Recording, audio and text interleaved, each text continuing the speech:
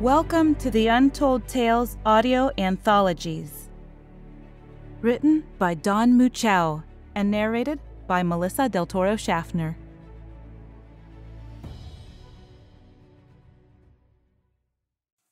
Conversations with an uncle on the occasion of his passing. When I got the message from my uncle Jim, indicating that the moment of his death was at hand, it would be hard to say that I was shocked. My uncle had been ill for quite some time, some would say mentally, and it was only because of his unexceptionable wealth that he was deemed merely eccentric for so long. In his salad days, James Everett Bitterman, entrepreneur and robotics genius, had been considered a brilliant man.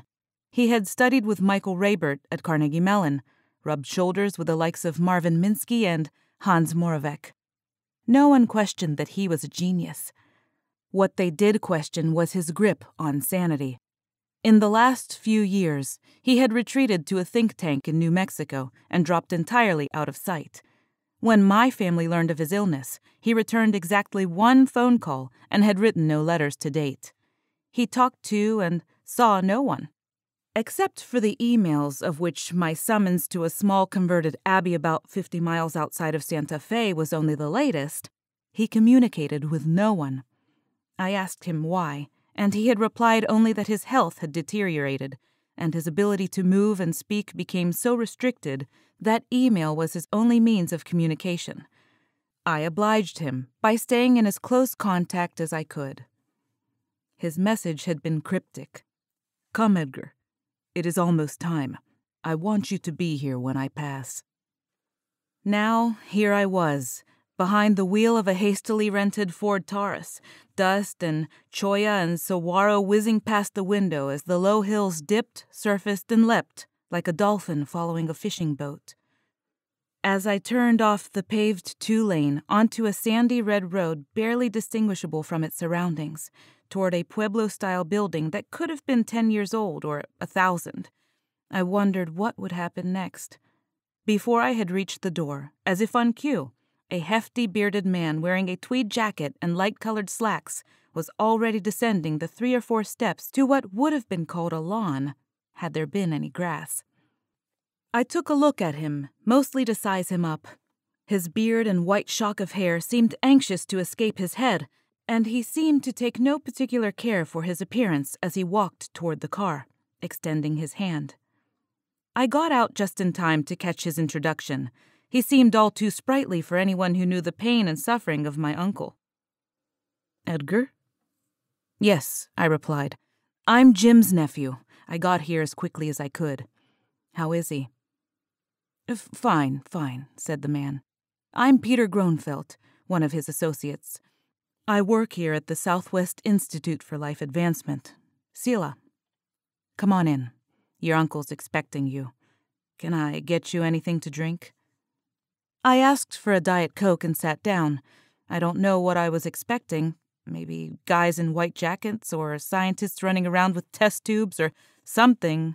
But instead, the place looked and smelled like an old house. Then I remembered it had formerly been an abbey. "We still have a little repair work to do here," he said. Gronfeldt gestured toward the back of the building with one hand, placing the other on my shoulder, ushering me in. "Pardon me. Let me get your drink and we can continue the conversation." He excused himself, and I took in my surroundings. There was some evidence of scientific study, papers, equipment racks, and an overabundance of computers, oscilloscopes, and old furniture, but nothing even remotely medical. Most of the life support equipment, I assumed, had been elsewhere in the building, or else Uncle Jim had finally gone off the deep end and joined some kind of nut cult. It was his choice, but the thought made me shiver. As it was, I was uncomfortably cool and went back to the car to get my jacket. By the time I returned, Peter had returned with a warm can of soda and 2 glasses of ice. He sat down. "I'm afraid we don't have a drink machine yet," he noted with a light chuckle. "Hope to get one soon after things are done here. By then we should have enough in-grant money to afford it." He poured each of us half the soda and smiled, raising his glass in a toast. "Let's hope so." How's my uncle?" "I'm sorry, Edgar," he said. "Forgive my unkindness. He is in a room at the rear of the institute and can take no visitors. Due to the extreme frailty of his condition, he cannot be moved." "Can I see him?" "I'm afraid not." Peter motioned at a laptop sitting on a table to his right. "But you're more than welcome to use this to talk to him. I've already set up an account for you. In fact, he is quite anxious to speak to you." Peter led me down a dim hallway and showed me to a room that had once been a large closet, now outfitted as a small bedroom. I noticed it had a network connection.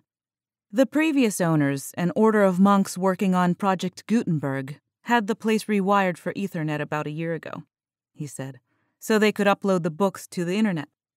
He smiled, and I thought briefly of a canticle for Leibowitz. Times change. No wireless? I'm afraid not. Security concerns, and electronic interference with some delicate equipment. Peter ducked slightly to avoid bumping his head as he exited down a dark staircase through a heavy wooden doorway. "Good night, Edgar. I need to return to work now. If you need me, you can send an email or open a chat session if you like. If not, I will see you tomorrow. Rest well." The door creaked noisily closed behind him, and I waved acknowledgement and turned to the laptop. For a moment, I was seized with an odd, dreamlike sense, but after a few moments, it went away. "Hi, Edgar," said a text message at the top of a window. I typed back tentatively. "Uncle Jim?" "Good to see you again, LOL." I smiled at the irony. "Me too. How are you?" "Doing all right. Just waiting. That's the hardest part." Tom Petty was right, huh? Poor devil, he's trying to hold it together until his number comes up. "Don't worry, Uncle Jim. It will all be over soon." That wasn't what I had intended to say, and I cringed the moment I hit the return key. "Edgar, we need to talk. Now, if possible." "Anything you like, Uncle Jim. I'm here for you." Good. Good. His reply was remarkably calm. "I want to talk about philosophy and computability theory and..." There was my uncle. Always the dreamer. Big thoughts, the future is an open road and it hasn't been driven on yet. Off prospecting for ideas, coming back with a prized nugget of academic gold. "Anything you want, Uncle Jim." "Edgar?" I was momentarily stunned at seeing just the one word, my name, staring at me from the screen. "Yes?" "Do you believe in life after death?" I wasn't sure what to type, so I didn't say anything. He evidently picked up on that. "I'm not sure either, Ed, but I think I do. Especially now. That's what I want to talk to you about. I need you for something very important, something only you can do." He had called me Ed. The only times in my life Uncle Jim ever used the short form of my name were once when he thought I had knocked up Becky Gillis. Why? Because I have glimpsed immortality. What do you mean? I have stood outside my body and looked back at it. I am no longer concerned about dying.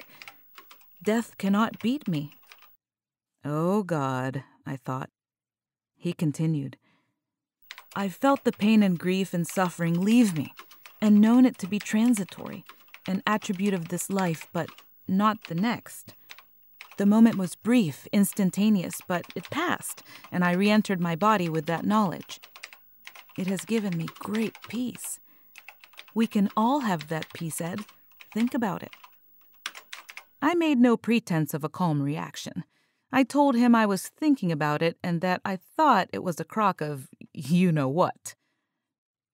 This is exactly what I was afraid of, Uncle Jim. I need you to trust me, Edgar. It's very important. I swallowed and typed a little lie. I trust you. The words were harder to say than I thought, and I waited before sending them. His reply was instantaneous. no matter what. The conversation went on like this for a while. He seemed to accept that my trust was less than full, and I think in some ways there was a tinge of respect in that. I couldn't make myself accept the notion that he had allowed himself to throw away a sizable chunk of his fortune on some crackpot venture in the New Mexico desert and spend his last days already entombed. It seemed like an incredible waste. He was stupid, not like himself at all, and then again, entirely like himself. He asked if I had heard of Alan Turing. Turing's early research into computability theory had formed the basis for almost all modern computing. Sure I have, Uncle Jim. He's famous in some circles. Jim typed back. Do you remember the Turing test? Yes, I remember. The test basically said that if you couldn't tell from typing on a terminal whether you were talking to a machine or a man, then it didn't matter. They were equivalent. This is still Uncle Jim, right? No tricks, Ed. It's still me. I just wanted to know whether you had any prejudices. I was pretty sure I didn't, but decided to be honest. Not that I know of. Good. Good. Uncle Jim had a way of reassuring you that was near contagious. He would say good, good, meaning that everything was in order. No surprises. All is going well. And somehow you would start to believe it, too. Doubt preserves objectivity, Edgar. Hold on to that position no matter what happens, but trust what you know. What will happen, Uncle Jim? What are you thinking about? The afterlife. How we've all been wrong about it. And the Turing test. I wanted to ask him more, but Peter came around the corner at about the same time and slowly pushed the cover of the laptop shut, forcing it into hibernation. Your uncle is tired, he said, and he has much to think about. I beg your indulgence for an hour or two while he rests. Then we'll see if he feels like talking again. He started to leave and I stopped him. I hated him without definite reason. Somehow I don't think we'll be talking again this evening, I said. Perhaps, he replied, but then, there you have it. The unpredictable chaos of reality. We never know what will happen next. What are you talking about? I've studied the behavioral theories of Maslow and Axelrod and Lorenz and Tinbergen, and one thing has always eluded me. As the old song goes, life is but a dream. All creatures learn and remember, but they change. Yet if no one is ever the same from moment to moment, who is really there? We're truly not who we were just seconds ago, but we hold on to our illusions of identity. It's quite a conundrum, don't you think? We die a little each day, so that we might live. Your uncle is always alive as long as you remember him, yet he has already died 1,000 times. He turned away to leave. One for the philosophers. I decided to let the BS roll off my back. Just one thing, I asked. Why did he come here? He was a visionary, Peter replied. He invested the first $10 million in the Institute and was responsible for getting several early grants from a number of major insurance companies. Without him, we would be nowhere. He shut the door and it locked behind him. The next day was not substantially different from the previous. It began with a stale cup of rancid black coffee that made me wish they had stocked more Diet Coke, and a bran muffin Groenvelt had brought in, about an hour and a half ago from the nearest convenience store. When I woke up, the laptop chat session was going again, and the message was waiting from my uncle. How are you feeling this morning, Edgar? Fine. Yourself? Like my old self. I suppose I could say there is a spring in my step. If I could feel my feet. I hated deathbed humor, but replied with the online equivalent of a laugh anyway. It seemed to please him. Get any rest? He asked. My fingers fumbled on the keyboard as I typed a tired reply. Yes, about 4 hours. I was worried. I'm sorry I kept you up past your bedtime. No worry, Uncle Jim. Say, they outfitted me with a synthetic voice last night. Want to hear it? For reasons I could not explain, I wanted nothing more than that. "How's this?" asked a tinny voice a few seconds later. "It's great," I said, glad to hear his voice again, even if I wasn't hearing it directly. I could hear him exhale, the sound of relief, and it warmed my soul. "God, it feels good to have a voice again." He cleared his throat, but it sounded mechanical. I wondered where he was right now. "Do you remember our conversation from last night?" he asked. "Yes. Why?" "Peter and some of my other associates gave me a treatment. I'm pretty excited. I'm hoping it was successful, but regardless, I wanted to hear the sound of your voice and to get your opinion about something." "What did they do to you?" "Pete will be able to fill you out on the details." "Of what?" "About 6 hours ago, under his instruction, a team of 6 of the best neurosurgeons in the country performed a sort of transplant on me, if you will. They've been sworn to secrecy, so I'm relying on you to make the final pronouncement of its success to the public. I must warn you, though, to be certain of your conviction that you are now talking to James Bitterman, your uncle. You will need this confidence to face the next step, and you must be absolutely certain you are talking to your uncle." "What next step?" "Are you certain that I'm your Uncle Jim?" "Yes, and an eternal pain in the ass. Get on with it." I remember that I had been called by Peter to observe Uncle Jim's passing. The thought of what that meant now terrified me. "You didn't will Peter any money, did you?" "Good God, no, Ed. Not him personally. Most of my money is tied up in Sela. Now with your help, the investment will begin to pay off."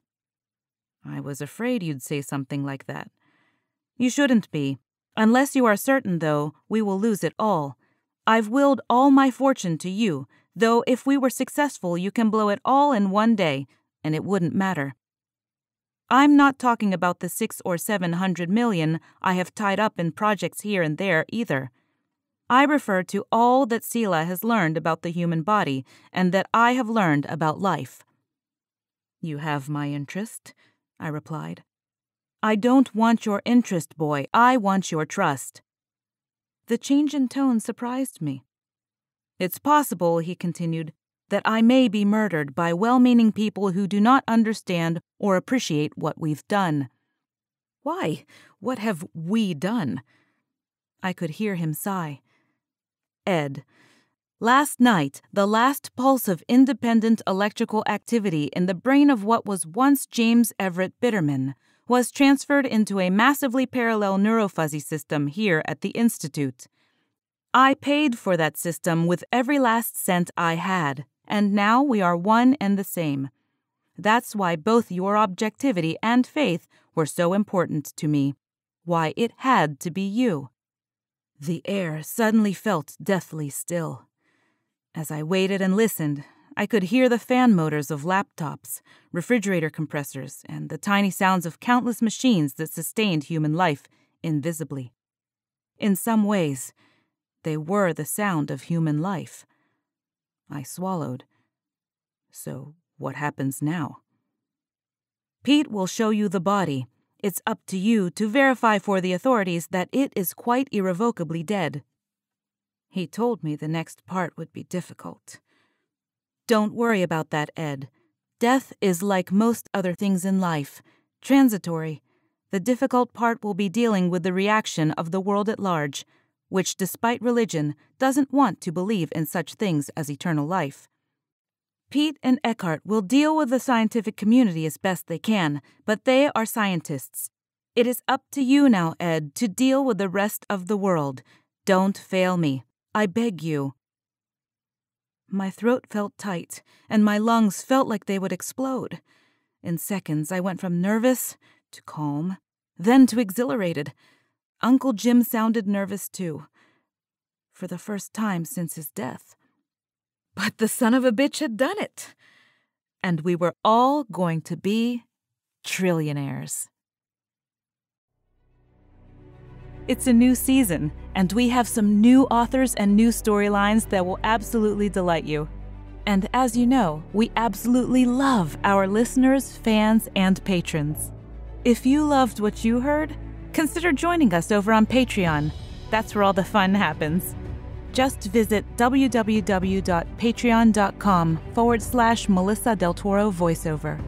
If you'd like to read more of the stories in the Untold Tales series not narrated here on our podcast, you can find Jeff's books on Amazon.com in paperback and Kindle format. The links for all of this information are conveniently listed in this episode's show notes. Thank you and have a wonderful day.